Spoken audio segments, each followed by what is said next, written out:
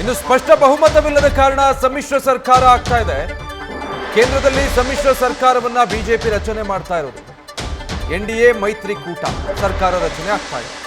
ಹೀಗಾಗಿ ಸಾಮಾನ್ಯ ಕನಿಷ್ಠ ಕಾರ್ಯಕ್ರಮಗಳು ಅನಿವಾರ್ಯ ಆಗುತ್ತೆ. ಈ ಬಾರಿ ಸಾಮಾನ್ಯ ಕನಿಷ್ಠ ಕಾರ್ಯಕ್ರಮ, ಕಾಮನ್ ಮಿನಿಮಮ್ ಪ್ರೋಗ್ರಾಮ್ಸ್, ಸೊ ಇದಕ್ಕೆ ಬೇಡಿಕೆ ಹೆಚ್ಚಾಗಿ ಬರೋ ಸಾಧ್ಯತೆ ಇದೆ.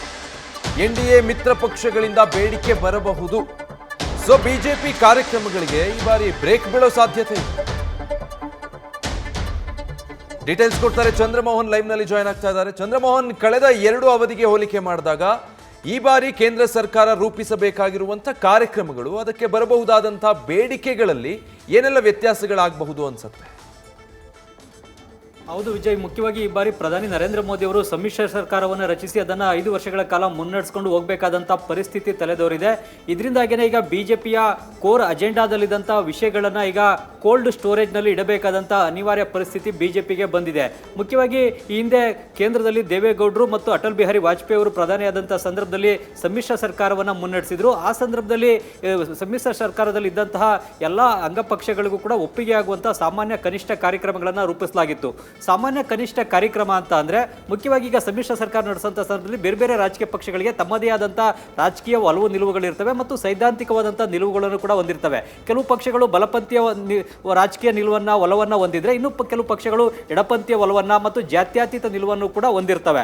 ಈಗ ಎನ್ ಡಿ ಎದಲ್ಲಿರ್ತಕ್ಕಂಥ ಅಂಗಪಕ್ಷಗಳಲ್ಲೂ ಕೂಡ ಟಿಡಿಪಿ ಮತ್ತು ಜೆಡಿಯು ಕೆಲವೊಂದು ಸಂದರ್ಭಗಳಲ್ಲಿ ಜಾತ್ಯತೀತತೆಯನ್ನು ಪ್ರತಿಪಾದಿಸಿದಂತಹ ಉದಾಹರಣೆಗಳು ಕೂಡ ಇವೆ. ಈ ಹಿಂದೆ ಒಮ್ಮೆ ನರೇಂದ್ರ ಮೋದಿ ಅವರ ಜೊತೆಗೆ ನಿತೀಶ್ ಕುಮಾರ್ ಅವರ ಫೋಟೋವನ್ನು ಬಿಜೆಪಿಯ ನಾಯಕರುಗಳು ಪತ್ರಿಕೆಗಳಲ್ಲಿ ಜಾಹೀರಾತನ್ನು ನೀಡಿದರು. ಅದಕ್ಕೆ ಆಕ್ಷೇಪವನ್ನು ವ್ಯಕ್ತಪಡಿಸಿ ನಿತೀಶ್ ಕುಮಾರ್ ಅವರು ತಾವು ಬಿಜೆಪಿಯಿಂದ ಮಿತ್ರ ಪಕ್ಷವಾಗಿ ಇರೋದಿಲ್ಲ, ಅವರಿಂದ ದೂರ ಇರ್ತೇನೆ ಅನ್ನೋ ಒಂದು ತೀರ್ಮಾನವನ್ನು ತೆಗೆದುಕೊಂಡ್ಬಿಟ್ಟಿದ್ರು. ಏಕೆಂತಂದ್ರೆ ಮೋದಿ ಅವರ ಜೊತೆಗೆ ಗುರುತಿಸಿಕೊಂಡ್ರೆ ತಮ್ಮ ಜಾತ್ಯತೀತ ನಿಲುವಿಗೆ ಧಕ್ಕೆ ಆಗುತ್ತೆ, ತಮ್ಮ ಬಿಹಾರದ ವೋಟ್ ಬ್ಯಾಂಕ್ಗೆ ಧಕ್ಕೆ ಆಗುತ್ತೆ ಅನ್ನೋ ಕಾರಣಕ್ಕಾಗಿಯೇ ನಿತೀಶ್ ಕುಮಾರ್ ಅವರು ಅದಕ್ಕೆ ತೀವ್ರವಾದಂಥ ಆಕ್ಷೇಪವನ್ನು ವ್ಯಕ್ತಪಡಿಸಿದರು.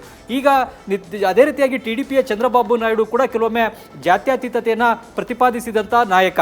ಹೀಗಾಗಿ ಇವರು ಸೈದ್ಧಾಂತಿಕವಾಗಿ ಯಾವುದೇ ಸಂದರ್ಭದಲ್ಲಿ ಬೇಕಾದ್ರೂ ಯಾವುದೇ ರೀತಿಯಾದಂಥ ತೀರ್ಮಾನವನ್ನು ತೆಗೆದುಕೊಳ್ಬೋದು. ಹಾಗಾಗಿ ಇವರ ಎಲ್ಲದಕ್ಕೂ ಕೂಡ ಚಂದ್ರಬಾಬು ನಾಯ್ಡು ಮತ್ತು ನಿತೀಶ್ ಕುಮಾರ್ ಅವರ ಒಪ್ಪಿಗೆ ಮತ್ತು ವಿಶ್ವಾಸವನ್ನು ಪಡ್ಕೊಂಡೇ ಈಗ ಸರ್ಕಾರವನ್ನು ನಡೆಸಬೇಕಾಗುತ್ತೆ. ಈ ಕಾರಣಕ್ಕಾಗಿಯೇ ಈ ಪಕ್ಷಗಳಿಗೆ ಸೇರಿದಂತೆ ಈಗ ಇಂಡಿಯಾದಲ್ಲಿರ್ತಕ್ಕಂಥ ಎಲ್ಲ ಪಕ್ಷಗಳಿಗೂ ಕೂಡ ಒಪ್ಪಿಗೆ ಆಗ್ತಕ್ಕಂಥ ಒಂದು ಸಾಮಾನ್ಯ ಕನಿಷ್ಠ ಕಾರ್ಯಕ್ರಮವನ್ನು ರೂಪಿಸಿ ಅದರಲ್ಲಿರುವಂಥ ಅಂಶಗಳ ಪ್ರಕಾರವೇ ಈಗ ಸರ್ಕಾರವನ್ನು ಮುಂದಿನ 5 ವರ್ಷಗಳ ಕಾಲ ನಡೆಸಿಕೊಂಡು ಮೋದಿ ಅವರು ಹೋಗಬೇಕಾಗುತ್ತೆ. ಇದರಿಂದಾಗಿ ಬಿಜೆಪಿಯ ಕೋರ್ ವಿಷಯಗಳನ್ನು, ಅಜೆಂಡಾಗಳಲ್ಲಿರ್ತಕ್ಕಂಥ ವಿಷಯಗಳನ್ನು, ಜೊತೆಗೆ ಬಿಜೆಪಿಯ ಪ್ರಣಾಳಿಕೆಯಲ್ಲಿರ್ತಕ್ಕಂತಹ ಪ್ರಮುಖ ಅಂಶಗಳನ್ನೇ ಈಡೇರಿಸಲಿಕ್ಕೆ ಆಗದಂತಹ ಪರಿಸ್ಥಿತಿ ನಿರ್ಮಾಣ ಆಗುತ್ತೆ. ಈ ಒಂದು ವಿಷಯಗಳನ್ನು ಕೋಲ್ಡ್ ಸ್ಟೋರೇಜ್ನಲ್ಲಿ ಅಂದರೆ ಅವುಗಳನ್ನು ಮುಟ್ಟದೇ ತಟಸ್ಥವಾಗಿರಬೇಕಾದಂಥ ಪರಿಸ್ಥಿತಿ ನಿರ್ಮಾಣ ಆಗುತ್ತೆ. ಅಂಥದ್ದು ವಿಷಯಗಳು ಯಾವ್ಯಾವು ಅಂತ ನೋಡೋದಾದರೆ ಈಗ ಸಮಾನ ನಾಗರಿಕ ಸಂಹಿತೆ ಅಥವಾ ಇನ್ನು NRCಯನ್ನು ಜಾರಿಗೊಳಿಸ್ತಕ್ಕಂಥದ್ದು, ಇಲ್ಲವೇ POKನ ಮತ್ತೆ ಮರುವಶಕ್ಕೆ ತೆಗೆದುಕೊಳ್ತಕ್ಕಂಥದ್ದಾಗ್ಬೋದು.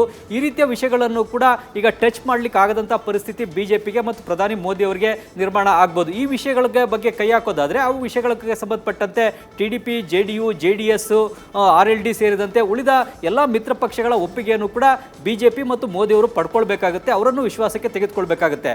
ಈ ಹಿಂದೆ ಏನಾಗಿತ್ತು ಅಂದರೆ ಮೋದಿ ಅವರಿಗೆ ರಾಷ್ಟ್ರೀಯ ಭದ್ರತೆಗೆ ಸಂಬಂಧಪಟ್ಟಂತಾಗ್ಬೋದು ಅಥವಾ ಜಮ್ಮು ಕಾಶ್ಮೀರದ ವಿಶೇಷ ಸ್ಥಾನಮಾನವನ್ನು ರದ್ದುಪಡಿಸತಕ್ಕಂಥ ವಿಷಯಗಳಲ್ಲಿ ಏಕಪಕ್ಷೀಯವಾಗಿ ತೀರ್ಮಾನವನ್ನು ತೆಗೆದುಕೊಳ್ಳಲಿಕ್ಕೆ ಮುಕ್ತ ಅವಕಾಶ, ಸ್ವಾತಂತ್ರ್ಯ ಇತ್ತು. ಏಕೆಂತಂದ್ರೆ ಬಿಜೆಪಿಗೆ ಲೋಕಸಭೆಯಲ್ಲಿ ಸ್ಪಷ್ಟವಾದಂಥ ಬಹುಮತ ಇತ್ತು. 2014ರಲ್ಲಿ 282 ಮಂದಿ ಬಿಜೆಪಿಯಿಂದಲೇ ಗೆದ್ದು ಬಂದಿದ್ರು. 2019ರಲ್ಲಿ ಬಿಜೆಪಿಯಿಂದಲೇ 303 ಮಂದಿ ಲೋಕಸಭಾ ಸದಸ್ಯರು ಆಯ್ಕೆಯಾಗಿದ್ರು. ಹಾಗಾಗಿ ಯಾವುದೇ ಮಿತ್ರ ಪಕ್ಷಗಳನ್ನು ಕೇಳಲೇಬೇಕಾದಂತಹ ಅನಿವಾರ್ಯ ಸ್ಥಿತಿ ಮೋದಿಯವರಿಗೆ ಇರಲಿಲ್ಲ.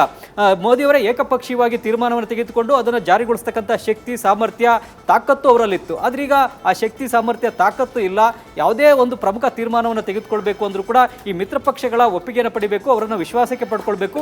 ಅವ್ರಿಗೂ ಒಪ್ಪಿಗೆ ಆಗುವಂತ ಇದ್ರೆ ಮಾತ್ರನೇ ಅವುಗಳನ್ನು ಜಾರಿಗೊಳಿಸಲಿಕ್ಕೆ ಸಾಧ್ಯ ಆಗುತ್ತೆ. ಹೀಗಾಗಿ ಈ ಹಿಂದೆ ವಾಜಪೇಯಿ ಅವರು ಕೂಡ ಪ್ರಧಾನಿಯಾಗಿ ಸರ್ಕಾರವನ್ನು ನಡೆಸಿದಂಥ ಸಂದರ್ಭದಲ್ಲಿ ಆಗಲೂ ಕೂಡ ಬಿಜೆಪಿ ಅಯೋಧ್ಯೆಯಲ್ಲಿ ರಾಮ ಮಂದಿರ ನಿರ್ಮಾಣ, ಸಂವಿಧಾನ 371ನೇ ವಿಧಿ ರದ್ದುಪಡಿಸ್ತಕ್ಕಂಥದ್ದು, ಜೊತೆಗೆ ದೇಶದಲ್ಲಿ ಸಮಾನ ನಾಗರಿಕ ಸಮಿತಿಯನ್ನು ಸಮಾನ ನಾಗರಿಕ ಸಮಿತಿಯನ್ನು ಜಾರಿಗೊಳಿಸ್ತಕ್ಕಂಥ ಭರವಸೆಯನ್ನು ಕೊಟ್ಟಿತ್ತು. ಆದರೆ ಅವುಗಳನ್ನ ಈ ಮಿತ್ರ ಪಕ್ಷಗಳ ಒಲವು ನಿಲುವುಗಳ ಕಾರಣಕ್ಕಾಗಿಯೇ ಜಾರಿಗೊಳಿಸಲಿಕ್ಕೆ ವಾಜಪೇಯಿ ಅವರಿಗೂ ಕೂಡ ಸಾಧ್ಯವಾಗಿರಲಿಲ್ಲ. ವಿಜಯ್, ನ್ಯೂಸ್ ಫಸ್ಟ್ ನಿರ್ಭೀತಿಯಿಂದ ನಿಮ್ಮ ಪರವಾಗಿ.